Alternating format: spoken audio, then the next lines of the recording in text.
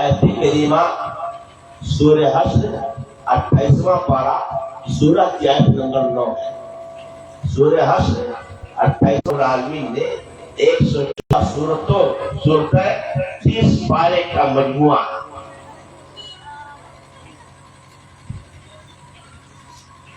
اور یہ 30 پارے 114 صورتیں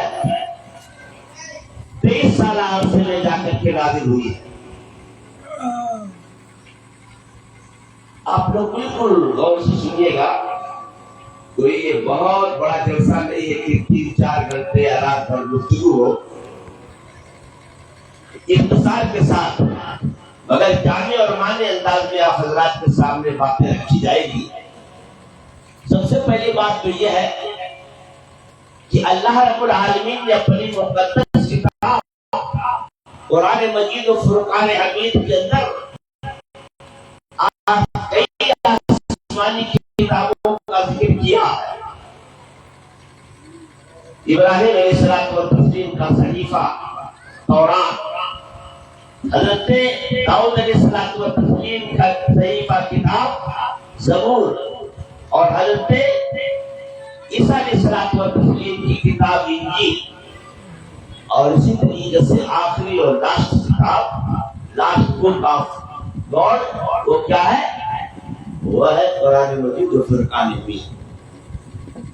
حضرت ابراہیم علیہ السلام و تسلیم کا بھی صحیفہ آتا ہے، لیکن آج وہ پوری دنیا میں ناپید ہے، نظر نہیں آ رہی ہے وہ کتاب۔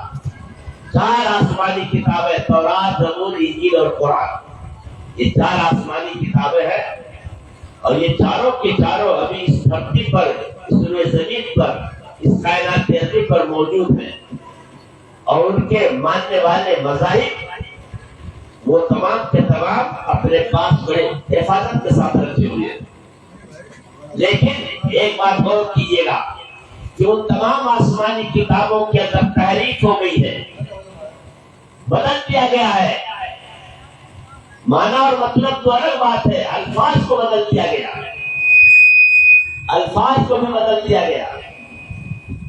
نہ تورات اپنے صحیح حالت میں ہے، نہ زبور صحیح حالت میں ہے، اور نہ انجیل صحیح حالت میں ہے، صرف اور صرف قرآن مجید جو فرقان حمید اللہ رب العالمین کی آخری آسمانی کتاب ہے، یہ الحمدللہ آج بھی اسی طریقے سے محفوظ ہے جس طریقے سے 1450 سال پیشتر نازل ہوئی تھی، اور قیامت کی صبح تک انشاءاللہ الرحمن یہ اسی طریقے سے موجود رہے گی، محفوظ رہے گی۔ قرآن گواہی دے رہا ہے، اِنَّا نَحْنُ نَزَّلْنَا الذِّكْرَ وَإِنَّا لَهُ لَحَافِظُونَ۔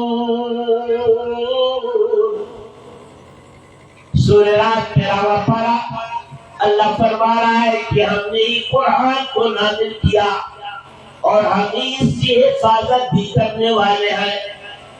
دنیا کا کوئی انسان اس کی حفاظت نہیں کر سکتا۔ دشمنان اسلام نے، یہود و نصارہ نے برسوں ان لوگوں نے کوشش کی کہ قرآن کو مٹا دیا جائے، اس طریقے سے اور کتابیں مٹا دی گئی، اسی طریقے سے حرف غلط کی طریقے سے مٹا دیا جائے قرآن کو بھی۔ لیکن سن لیجیے، اللہ رب العالمین نے وعدہ فرمایا ہے تو اس کی لیے پلاننگ سیٹ ہوئی۔ عیسائیوں نے، یہودیوں نے ایک پلاننگ سیٹ کی کہ کیسے اس کو مٹایا جائے۔ لوگوں نے کہا اگر یہ قرآن مٹ جائے گا اسلام مٹ جائے گا، قرآن ختم ہو جائے گا اسلام ختم ہو جائے گا، جب اسلام ختم ہو جائے گا تو مسلمان بھی ختم ہو جائے گا۔ کیا سازش تھی ان لوگوں کی؟ ان لوگوں نے کیا کام کیا کہ آپس میں بیٹھک کی، بہت بڑے پیمانے پر، اور بڑے بڑے سائنٹسٹ تھے، بڑے بڑے مفکرین تھے، بڑے بڑے اہل علم تھے، بڑے بڑے اسکالرز تھے، یہ سارے کی ساری اکٹھا ہوئے بیٹھے۔ جب یہ لوگ بیٹھے تو رائے مشورہ ہوا کہ کیسے کیا کیا جائے۔ کسی نے کہا کہ پوری دنیا کے اندر جہاں بھی قرآن ہے اس کو ختم کر دیں۔ بالکل غور سے سنیے گا، انشاءاللہ الرحمن بہت ہی یہ دل دوز بات ہے، اور اس کے بعد میں آپ کے ذہن و دماغ میں بیٹھ جائے گی تو ایسی صورت میں اس کے ذریعے آپ کو بہت سارے اسباب ملیں گے۔